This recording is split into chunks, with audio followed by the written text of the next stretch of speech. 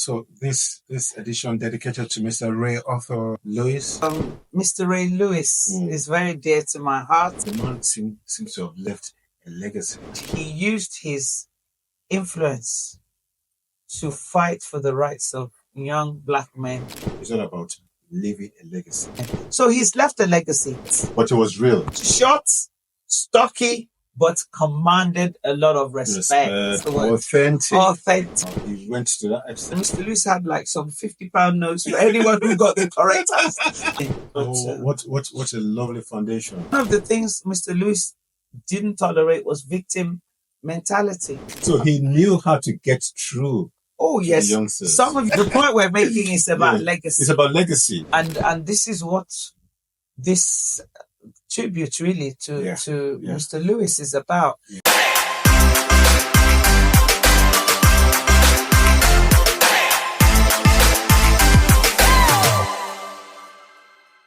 Yolande, how are you today? I'm good. You are good. You are good. You attended the memorial service yesterday, Mr. Ray Arthur Lewis. Tell me about it, because he was speaking behind the scenes, and the man seems to have left a legacy, which is something I've always talked about. That the season I am in now is not about accumulation of wealth. It's all about leaving a legacy. So, Micah, your son. Would you say was a student of yeah, he was actually. Yes, Mr. Ray Lewis is very dear to my heart. He was actually, did you know he was a deputy mayor of London at one time with when Boris Johnson was the mayor of London? Wow. Yes. Wow. He was a deputy mayor of London for a season. So at the memorial service I was at yesterday, Boris Johnson was there. For some of you, you may remember Boris Johnson. If you don't know, if you're not from the United Kingdom, he was actually a prime minister for a season. He was actually there. He was at the memorial service. But yes, talking about legacy, Mr. Lewis started a program for young black men called Eastside Young Leaders Academy in the United Kingdom. And my son was fortunate to have gotten onto the program. And basically the program academy is about training young leaders, young black leaders of the future. What he basically did, he rallied up young black men in the east part of London, because that's why it's called Eastside, who were potentially going to be what I call a statistic. And when we say someone's destined to become a statistic, it's not a positive thing. It's like, these are young men that the trajectory of their lives is looking like they were going to end up in as a number in a prison, or just things that were not going to bring out their potential. So Mr. Lewis set this up after he had been to a camp in the United States and seen this kind of system that was operating very well. To cut a long story short, many years later, there's about 5, 6 or 7 of these all over the country. And obviously Eastside is the original one. And he used his influence to fight for the rights of young black men to have opportunities in the top schools all over the country. My son is one of the beneficiaries. And I remember when my son went to attend the first class, not because he was necessarily a bad boy or anything, but the academy had gotten to be known for turning out really good young people. And I wanted Michael to have that opportunity. And because he was living with me, I was not with his dad at the time. And, it was all about having good role models, male role models in particular. So that is important. Which is very important. And this is for single parents, especially if you're a single parent mother. You cannot be a dad or a father figure to your son. Wow. I know that a lot of us women are pushed into that situation, myself included. Even though Michael was with his dad during the week, he spent the weekends with me. And in the weekends, guess what? I was shipping him off to Eastside Young Leaders Academy. Was that the funeral yesterday? Was my funeral service yesterday? Yes, Michael? He was at the funeral yesterday. And lots of young black boys.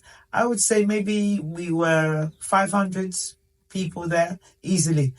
Boris Johnson was there. Lots of government officials were there because he also got an OB or an MB, I don't know which one, which he didn't really flaunt it, but that's something that you get for services to your community or in your field. Mm-hmm. And in his case, it would have been for the field of supporting young black men. So he's left a legacy.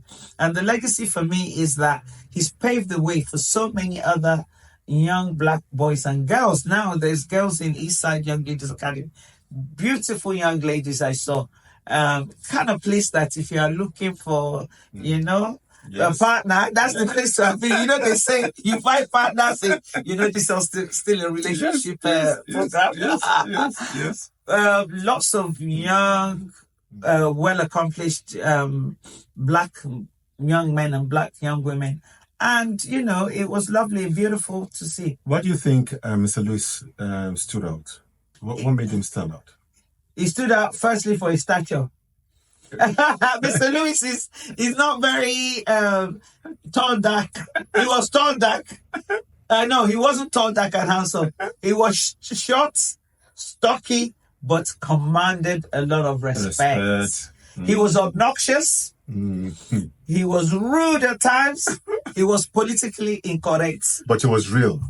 He was authentic. Authentic. That's the word. Authentic. Authenticity. There is no point in trying to be another person. Be authentic. That was what was so endearing about him. This part of the world will say that if we say someone is like Marmite, some of you might not know what Marmite is, but it's this kind of spread. Like it or you don't like it? You either like it or you loathe it. Oh, yeah. And I remember introducing some of my parent friends who were single parents with young children and young boys, especially at the time, which was now, my son is 23. That time maybe it was 10, 11, to the academy. And they say, they'll come for one of the meetings because he also encouraged training us, mostly women, about how to support our young men, young boys that we had. Wow. And they say, I don't like him. It's too crass, the way he talks. Sometimes people who change the world are not necessarily likable. I know Boris Johnson is not everybody's cup of tea, but he's gone down in history for doing some things. Will you ever forget the Boris bike? Even though we have other bikes, it's not sponsored. We still call it Boris bike. True. It's a bit like vacuum cleaner. Yes. That's because he's left a legacy. True. Isn't it? True. So Mr. Lewis, I really love him. I'm the one that love him. I mean, he supported us in so many ways. He will go out of his way for the young men. I remember he was a Mackenzie friend for me. He came to court with me to defend Michael's right to go to a boarding school. Wow. He went to that extent? Yes, he did. Wow. Because, there was a bit of discussion between me and Michael's dad about whether he should go or not. And I remember Michael's dad saying, it will be over his dead body. And Mr. Luke said, we can arrange one. He was that kind of person. What was Michael? How did Michael warm up to the academy at the beginning? He didn't like it at all. I remember the first day I drove him there. I used to drive him there back in the day because you did they used to have drills. They used to do like military drills.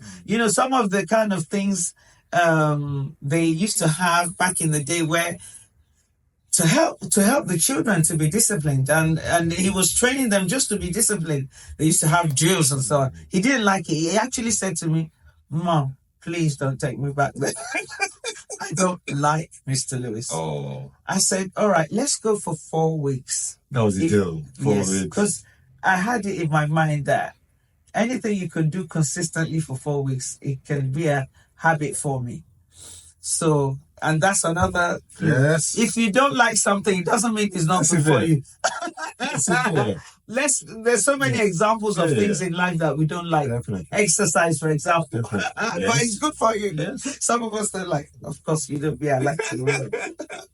Anyway, by the 4th week, I could see a change of countenance, because this is weekend. He used to have to give up his Saturday. He's gone to school Monday to Friday, and then Saturday I'm farming him off to Eastside Young Leaders Academy. So I said, Micah, this is week 4. Do you still want to go next week? He said, yes, Mom, I'd like to go next week. I said, what's changed? He said, I like Mr. Lewis now. Wow. I said, really? What happened? He said, we were answering some questions in the thing, in one of our sessions, and Mr. Lewis had like some £50 notes for anyone who got the correct answer. I said, I take it he had all your attention. He said, yes, and I was one of the ones who won £50. So he knew how to get through. Oh, yes. Some of you might call it bribery, but a lot of these children were already on the streets, earning money, maybe you being used inappropriately to earn money. So this is Mr. Lewis legitimately motivating them. And yes, Michael was at Young Leaders for maybe 3 or 4 years.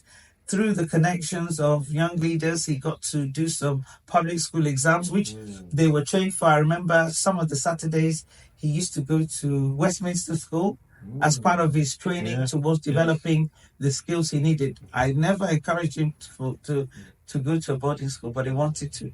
And he did the exams. They still have to do the exams to get in. And I remember when he did get in, then you needed both parental consent to get in. But, what a lovely foundation and exposure to yes. I mean, it's the social mobility as well that they learn. It's not for everyone, but I think when your children live in the western parts of the world, in order for them to get on, they have to be exposed to different kinds of people, because they're all kinds of people in the Western world. There are own kinds of people, and there are a lot of what we call our Caucasian cousins. And they need to know how to relate and not be the victim. One of the things Mr. Lewis didn't tolerate was victim mentality. Which so many people still suffer from. So many people, it's because I is black.